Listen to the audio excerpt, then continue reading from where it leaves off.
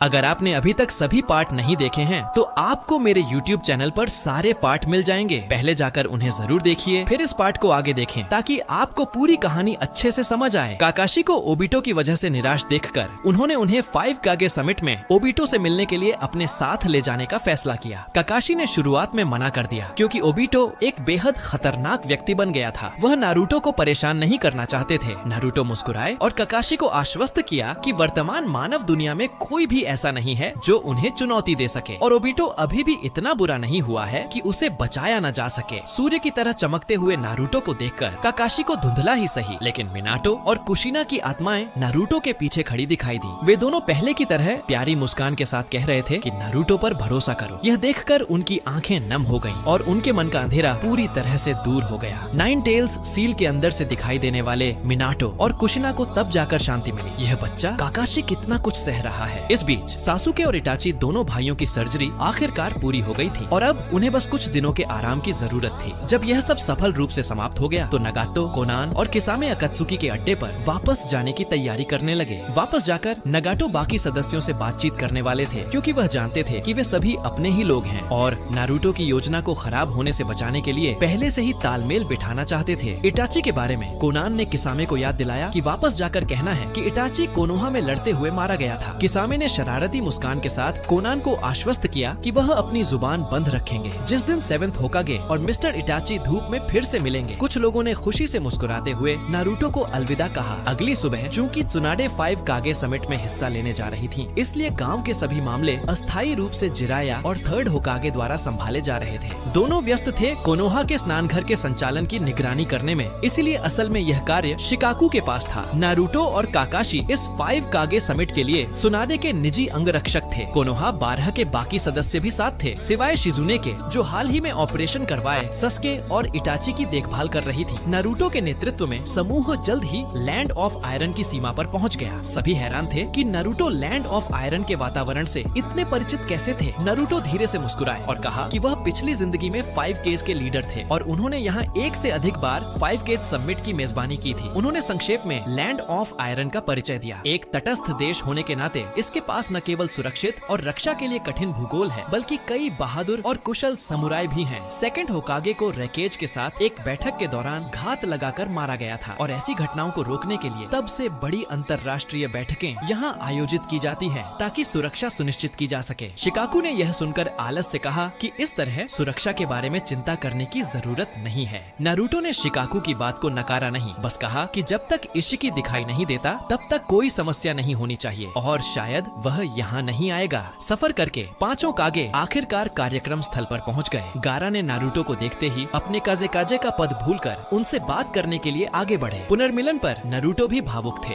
इस समय ओबिटो स्थल से बहुत दूर खड़े होकर निगरानी कर रहे थे। ब्लैक जेट्सु अचानक उनके बगल में दिखाई दिया। ओबिटो ने ब्लैक जेट्सु को देखकर मजाक में पूछा कि वह हाल ही में कहाँ था। ओबिटो को इतना शक्तिशाली देखकर ब्लैक जेट्सु ने कमजोरी दिखाते हुए कहा कि वह लैंड ऑफ लाइटनिंग की जासूसी कर रहा था। उसने बताया कि नगाटो का कोनोहा पर हमला विफल रहा और इटाची इस ऑन ऑपरेशन में सस्के की तलवार से मारा गया। ओबिटो हैरान थे। उन्होंने हार की उम्मीद की थी, लेकिन यह नहीं सोचा था कि इटाची, जिससे वह हमेशा डरते थे, इतनी आसानी से मार दिए जाएंगे। उन्होंने ब्लैक जेट्सु से आगे पूछा कि क्या उसने इटाची की आंखें वापस ले ली। ब्लैक जेट्सु हैरानी से काले हो गए और जल्दी से कहा कि वह इन दिनों मददगार ढूंढ रहा था और वहाँ मौजूद नहीं था। बोलते हुए उसने दूर खड़े कबूतों को इशारा करते हुए 3rd रैकेज को बुलाया। ओबिटो को इस खेल का अंदाजा था, लेकिन उन्होंने इसका खुलासा नहीं किया। इसके बजाय उन्होंने ब्लैक जेट्सु को मडारा की योजना के लिए लापरवाह न होने की सलाह दी। पहले उन्हें सभा स्थल के लोगों को इस राइकाइज महोदय का क्रोध महसूस कराने दे। इस समय शिनओबी वर्ल्ड में 5 केज समिट आखिरकार शुरू हो गई थी। नारुतो के अतीत में वापस जाने के कारण कोनोहा का प्रतिनिधित्व अब दैंजो नहीं बल्कि त्सुनाडे कर रही थी और नारुतो तथा काकाशी उनके अंगरक्षक थे। जैसे ही सभी अकात्सुकी से निपटने के बारे में चर्चा कर रहे थे, अचानक एक व्हाइट जित्सु बैठक कक्ष के बीच में दिखाई दिया और चिल्लाया, हेलो।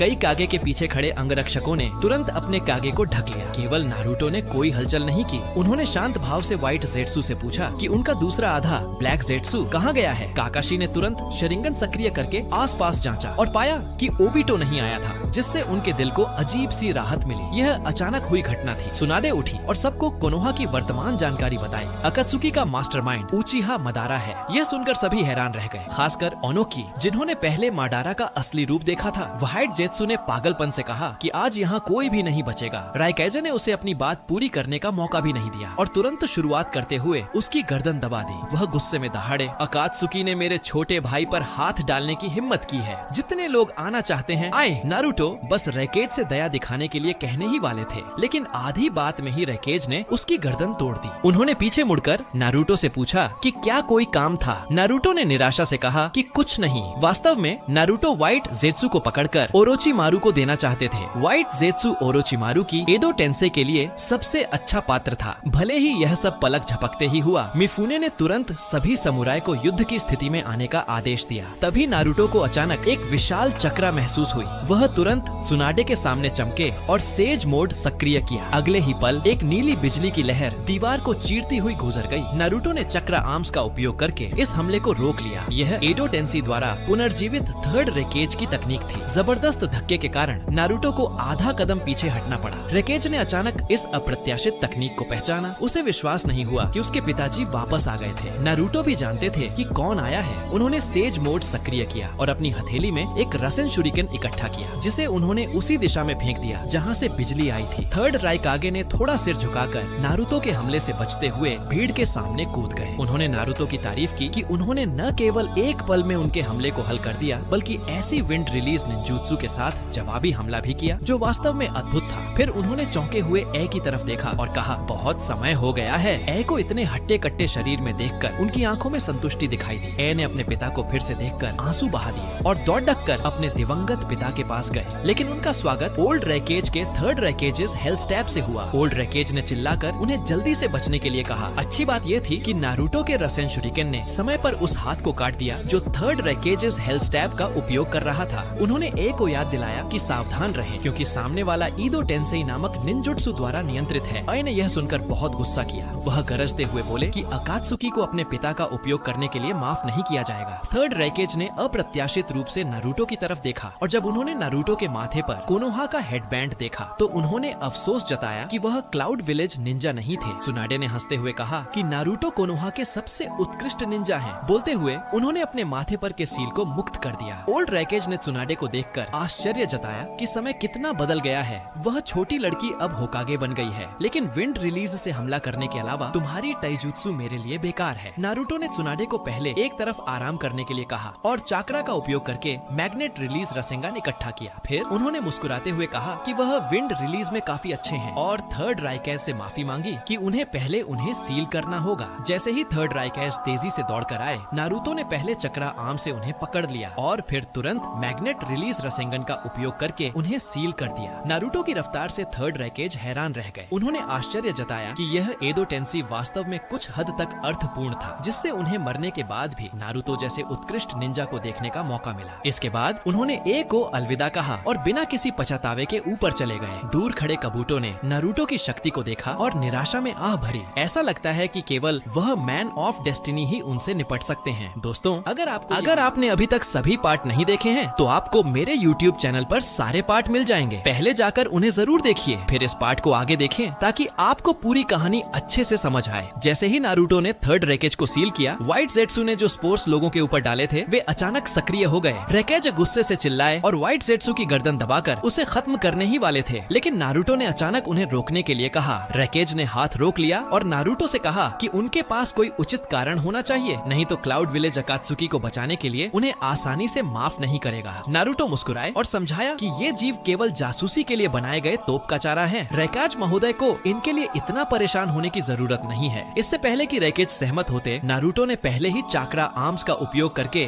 दूसरों के शरीर पर से व्हाइट जेत्सु के स्पोर्स हटा दिए और फिर हिराइशन का उपयोग करके इन व्हाइट जेत्सु को ओरोचिमारू की प्रयोगशाला में भेज दिया। इस समय ओरोचिमारू वहाँ नहीं थे। नारुतो ने एक शैडो क्लोन छोड़कर वापस बैठक स्थल पर आ गए। सभी हैरान थे। पहले सबने सुना था कि कोनोहा के नारुतो बहुत मजबूत हैं, लेकिन इतना नहीं। उन्होंने न केवल एक झटके में थर्ड रैकेज को सील कर दिया, बल्कि अब वह स्पेस टाइम निंजुत्सु भी जानते थे। राइकेज थोड़ा शर्मिंदा हुए और चिल्लाए, नारुतो इसका क्या मतलब है? अचानक हवा में एक आवाज आई जिसने राइकेज को इतना शोर न मचाने के लिए कहा। नारुतो धीरे से मुस्कुराए। वह जानते थे कि ओबिटो आ गया है। सी ने तुरंत अपनी संशय क्षमता का उपयोग करके सबको ऊपर देखने के लिए कहा। जब उन्होंने देखा कि नारुतो पहले से ही ऊपर देख रहे हैं, तो उन्होंने मन ही मन सोचा कि नारुतो ने उनसे भी पहले पता लगा लिया। भले ही वह वह एक सेंसरी निंजा थे। जब काकाशी ने देखा कि वह ओबिटो है तो उन्होंने तुरंत अपने हेडबैंड को हटाकर अपने 3 टोमे शैरिंगन को दिखाया और वह और नारुतो अपनी योजना शुरू करने के लिए तैयार थे। नारुतो ने जल्दी से धीरे से काकाशी से इंतजार करने के लिए कहा, क्योंकि उन्हें ओबिटो के माध्यम से सबको त्सुकी नो मी योजना के बारे में बताना था, ताकि शिनोबी वर्ल्ड एकजुट होने के लिए एक साझा दुश्मन पा सके। काले भंवर के जोरदार घूमने के साथ ओबिटो जबरदस्त तरीके से दिखाई दिए। राइकेज ने सबसे तेज प्रतिक्रिया दी। उन्होंने सीधे हमला किया, लेकिन वह ओबिटो के आर पार हो गए। ओबिटो ने राइकेज से ऐसा न करने के लिए कहा, क्योंकि भविष्य में अकात्सुकी से लड़ने के बहुत अवसर होंगे। उन्होंने पिछली जिंदगी की तरह ही सबके सामने अपनी उचिहा मदारा की पहचान और त्सुकीनोमी योजना की घोषणा की। सेज ऑफ 6 पाथ्स, इन्फिनिट त्सुकुयोमी आदि शब्दों ने वहाँ मौजूद हर किसी को हैरान कर दिया। ओबिटो ने निंजास को कहे कि वे समझदारी से टेल्ड बीस्ट्स को सौंप दें। स्वाभाविक रूप से सबने मना कर दिया। यह देखकर ओबिटो ने सीधे 4th ग्रेट शिनोबी वॉर की घोषणा कर दी। घोषणा करने के बाद उन्होंने कमुई सक्रिय किया और बैठक स्थल छोड़ने की तैयारी की।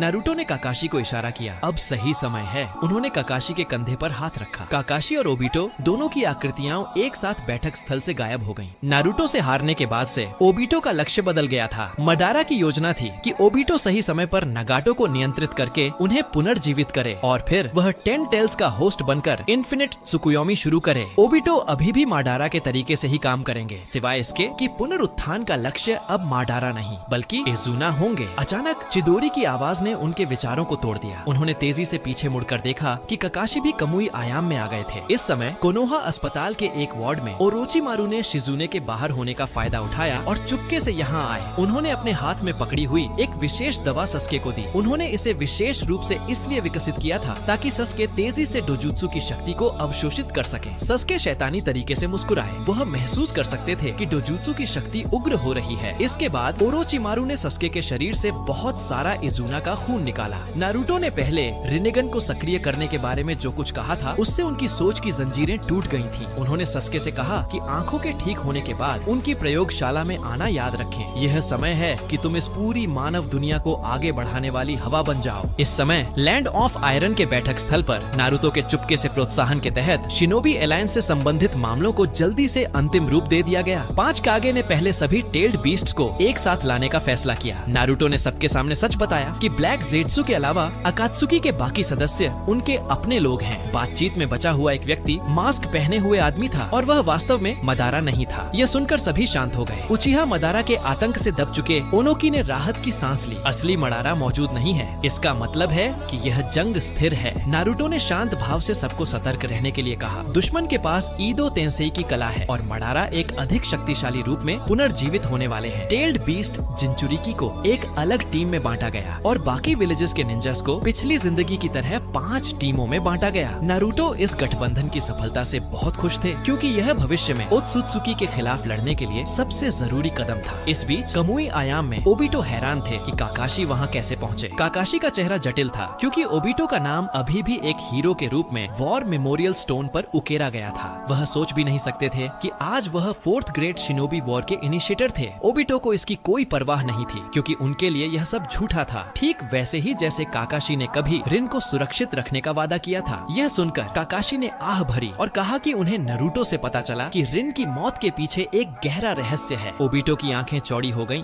और फिर उन्होंने काकाशी को डांटा कि वे अपनी गलतियों से पीछा छुड़ाने की कोशिश न करें। उन्होंने धीरे से काकाशी की तरफ हाथ बढ़ाया, लेकिन तभी काकाशी ने अचानक कहा, रिन की मौत मदारा द्वारा प्लान्ड थी। ये सब तुम्हें अंधेरे में धकेलने और उनका प्यादा बनाने के लिए था। ओबिटो का चेहरा भयानक आश्चर्य से भर गया और काकाशी की तरफ बढ़ता उनका हाथ भी रुक गया। उन्होंने काकाशी को चेतावनी दी कि वे बकवास न करें, क्योंकि उस समय मदारा चल भी नहीं सकते थे। काकाशी ने चेतावनी को नजरअंदाज किया और आगे कहा, मडारा की नजर तुम पर लंबे समय से थी। उन्होंने तुम्हारे दिल की अच्छाई का फायदा उठाया, क्योंकि एक बार जब तुम गिर जाओगे तो वह दयालुता इस दुनिया के लिए तीव्र नफरत में बदल जाएगी। ओबिटो एकदम से इसे स्वीकार नहीं कर सके और चिल्लाए, काकाशी चुप हो जाओ। और उसी समय कमुई सक्रिय करके काकाशी को वापस बैठक स्थल पर फेंक दिया। रैकेज को लगा कि मास्क पहने हुए आदमी फिर से आ गया है और उन्होंने सीधे लैरियट अटैक को काले भंवर पर दाग दिया। गनीमत थी कि नारुतो चमक कर काकाशी के सामने आए और इस हमले को रोक दिया। नारुतो ने रैकाजी की प्रतिक्रिया की तारीफ की कि वह अभी भी उतने ही तेज हैं, लेकिन कहा कि यह मास्क पहने हुए आदमी नहीं बल्कि काकाशी टीचर थे। काकाशी ने निराशा में हंसते हुए नारुतो को इशारा किया कि योजना सफल हो गई है। उन्होंने ओबिटो को वह सब कुछ बता दिया जो उन्हें बताना था। नारुतो ने उन्हें थम्स अप दिखाया और कहा कि ओबिटो के सख्त स्वभाव के अनुसार वह निश्चित रूप से पूरी जांच करेंगे। गठबंधन के मामलों पर बातचीत पूरी होने के बाद सभी अपने गांवों में वापस चले गए और अपने दाइमियों को गठबंधन बनाने की स्थिति की रिपोर्ट दी। उचिहा मदारा के नाम के दबदबे के तहत सभी दाइमियों जल्द ही गठबंधन बनाने पर सहमत हो गए। हालांकि लैंड ऑफ फायर के दाइमियों को लगता था कि जब से त्सुनादे होकागे बनी है तब से हमेशा कोई न कोई समस्या होती रही है। त्सुनादे दाइमियों का मतलब समझ गई और कहा कि इस युद्ध के बाद वह भी स्वेच्छा से पद छोड़ देंगी। उन्होंने युद्ध के बाद काकाशी को 6th होकागे के रूप में सिफारिश करने की योजना बनाई और वह खुद जिराया के साथ युवावस्था में किए गए वादे को पूरा करते हुए उनकी सुरक्षा में दुनिया घूमने वाली थी। इस बीच जिराया जो होकागे की कुर्सी पर झपकी ले रहे थे अचानक सफेद धुएं में गायब हो गए। जब उन्होंने आंखें खोली तो उन्होंने सामने ग्रेट टोड सेज को देखा। ग्रेट टोड सेज ने धीरे से आंखें खोली और जिरैया से पूछा कि क्या कोई काम था। जिरैया कुछ देर शांत रहे और फिर चिल्लाए, क्या तुमने मुझे समन नहीं किया? ग्रेट टोड सेज को तब याद आया और उन्होंने फुकासाकु को नारुतो को भी यहाँ समन करने के लिए कहा। इस समय नारुतो जो कोनोहा में रामेन खाने की तैयारी कर रहे थे अचानक समन हो गए और उनके मुंह तक पहुँचने वाले नूडल्स गिर गए। उन्होंने शिकायत की कि क्या वे कोई अच्छा समय नहीं चुन सकते थे। फुकासाकु ने नारुतो से शिकायत न करने के लिए कहा। जब वे समन किए जाते थे तो क्या वे भी बुलाए जाने पर नहीं आते थे? तभी ग्रेट टोड सेज ने बात की, इस बार आप गुरु शिष्य को बुलाने का वास्तव में एक कारण है। एक माननीय व्यक्ति आपसे मिलना चाहता है जो था रयुची केव से white snake says. White snake says के पास एक तरह की दूर श्रवण क्षमता है और वह मानव दुनिया में होने वाली छोटी बड़ी घटनाओं के बारे में लगभग सब कुछ जानते हैं। लेकिन एक व्यक्ति है जिसकी आवाज वह नहीं सुन सकते और वह है मंक, जिससे नारुतो कई बार लड़ चुके हैं। वह इस बार यह जानने के लिए आए थे कि वह मंक कौन है। नारुतो ने बिना किसी संकोच के जिगेन के बारे में जानकारी दी। जिगेन की आवाज न सुन पाने का कारण शायद यह था कि वह ओत्सुत्सुकी की गॉड टेक्निक का उपयोग कर सकते थे। व्हाइट स्नेक सेज को अचानक समझ आया तो यह उस क्लैन का व्यक्ति था। उन्होंने नारुतो को पुरस्कार के रूप में एक सवाल पूछने की अनुमति दी और नारुतो का सवाल था कि जिगेन इस समय कहाँ है। कहानी यहाँ समाप्त होती है। नारुतो को व्हाइट स्नेक सेज से जिगेन के स्थान के बारे में पता चलने वाला है। दोस्तों, अगर आपको ये वीडियो पसंद आया हो तो नीचे हाइप बटन दबाना मत भूलो। अगर वीडियो को लाइक और शेयर करना बिल्कुल मत भूलिएगा और हाँ, आने वाला वीडियो मिस न हो इसके लिए चैनल को सब्सक्राइब जरूर कीजिए। आपका प्यार और सपोर्ट ही हमें और भी रोमांचक कहानियाँ लाने की ताकत देता है। यहीं पर इस वीडियो को खत्म करते हैं। मिलते हैं अगले वीडियो में। Everybody knows that I'm breaking down. Everybody knows I ain't faking now. Everybody knows my heart's vacant now. Yeah, she hates me now, I made mistakes but now I don't ever wanna be alone. I don't really ever feel at home. On my own, in the zone, that's the only way I know. Feeling low, about to blow back up. Here I won't ever let the doubt creep in. Gotta pop a couple more aspirin. I don't think I'll ever let you in. Easier to break it off best friends. I don't really understand myself. I don't really understand, need help. I don't wanna be left on the shelf. Couldn't even hear me if I yelled.